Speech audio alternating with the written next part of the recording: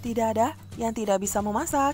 Selama mau belajar, mencoba, dan berusaha, semua pasti bisa. Hai Mams, kembali lagi di channel Just Duff. Kali ini aku berbagi resep cookies, cemilan yang paling legendaris. Yap, ini dia, nastar klasik. Untuk bahannya sendiri di sini aku pakai tepung terigu protein rendah sebanyak 300 gram, susu bubuk sebanyak 1 saset, kemudian aku pakai gula halus sebanyak 100 gram. Lalu di sini aku pakai keju parut sebanyak 100 gram, tepung maizena sebanyak 50 gram, margarin sebanyak 200 gram, setengah sendok teh garam, dan juga vanila sejumput. Dan juga sini aku pakai 2 butir kuning telur. Langkah pertama yang akan aku lakukan, di sini aku mau ayak terlebih dahulu bahan-bahan keringnya. Di sini aku ayak terlebih dahulu tepung terigu.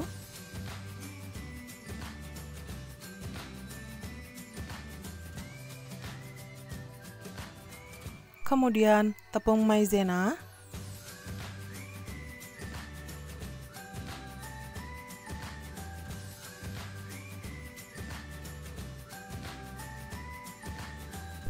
Lalu aku ayak susu bubuknya.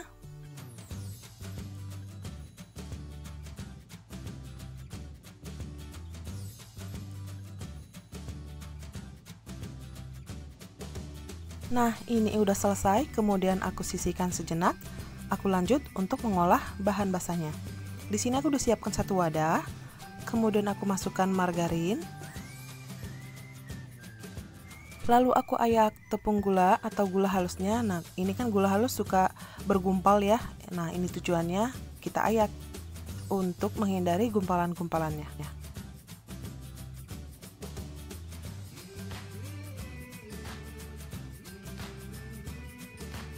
Kemudian aku tambahkan setengah sendok teh garam dan juga vanili sejumput.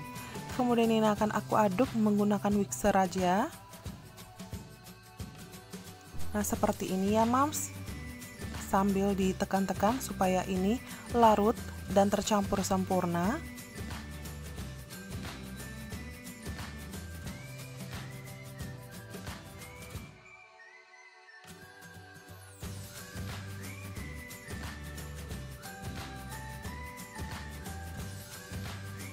Nah, ini diaduk sampai dia seperti ini, sudah berubah teksturnya dan juga warnanya.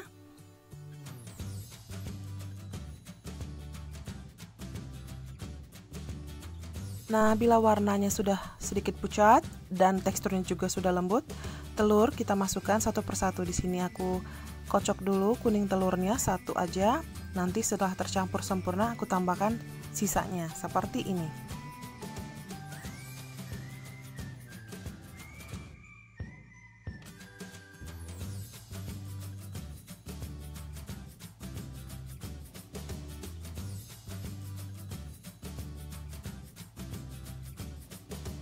Nah, setelah tercampur sempurna, kemudian aku masukkan tepung terigunya dan juga tepung maizena dan juga susu yang tadi sebelumnya sudah aku ayak.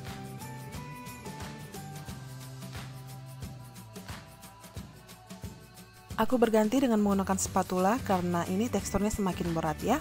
Dan tepung terigu juga aku masukkan tahap demi tahap. Oh ya Mams, tadi juga keju parutnya sudah aku masukkan, cuman lupa ke-record ya.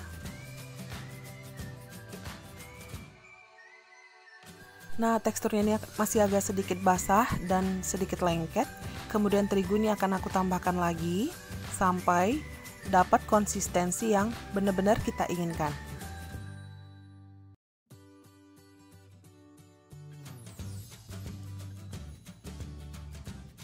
Nah, ini aku berganti lagi mengadonnya dengan menggunakan tangan supaya aku memastikan tekstur yang aku inginkan ya. Jadi kalau ini nanti agak sedikit lembek, boleh ditambahkan terigu lagi.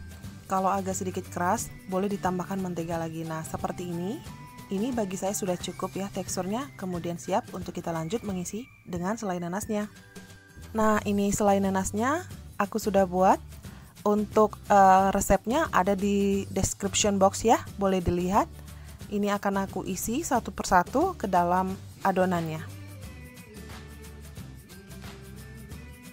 Nah, sebelumnya adonan ini akan aku ambil dengan menggunakan sendok takar seperti ini Mams. supaya bentuknya sama ya. Nah, ini biasanya akan aku ambil dulu seperti ini sampai semua adonannya habis. Aku cetak dengan menggunakan sendok takar seperti ini. Kemudian akan aku lanjut dengan mengisi dengan selai nanasnya.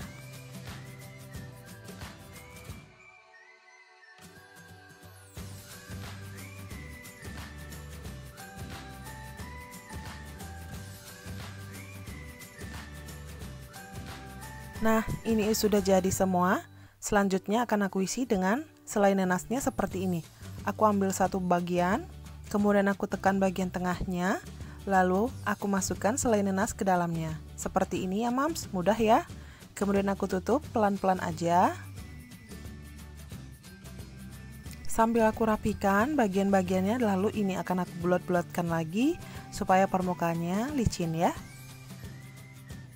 Lakukan sampai seluruhnya habis. Nah, ini sudah jadi semua ya mams. Kemudian siap akan aku panggang dengan menggunakan oven tangkring. Ini aku panggang kurang lebih sekitar 30 menit menggunakan api sedang cenderung kecil. Nah, ini ovennya sudah aku panaskan terlebih dahulu kurang lebih sekitar 10 menit ya mams sebelum aku masukkan loyang kuenya. Sambil menunggu adonannya setengah matang, di sini aku siapkan untuk olesannya. Di sini ada 2 butir kuning telur. Kemudian aku tambahkan 2 sendok makan minyak goreng.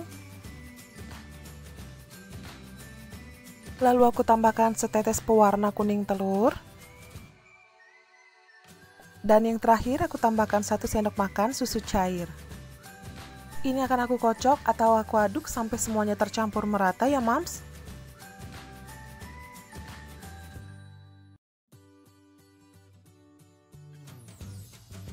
Nah, ini adonannya setelah setengah mateng kurang lebih sekitar 15 menit aku keluarkan. Lalu ini aku oles dengan menggunakan olesan tadi ya, kuning telur tadi. Nah, untuk mendapatkan tampilan yang maksimal ataupun kinclong, biasanya di sini aku akan oles sebanyak 2 kali. Nah, ini lapisan pertama. Setelah selesai aku akan lanjut sebagai lapisan kedua seperti ini ya mams. Nah, nanti bila sudah selesai, aku lanjut panggang sisanya selama 15 menit.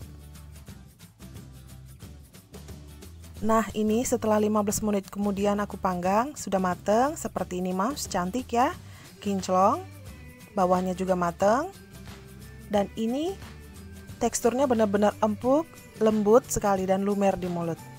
Gimana, mudah bukan cara membuatnya? Dicoba ya mams. Oke, segitu aja dulu videoku untuk kali ini, semoga bermanfaat ya. Dan jangan lupa dukung terus channel ini dengan cara subscribe, like, comment, dan share. Thanks for watching and see you on my next video. Bye-bye!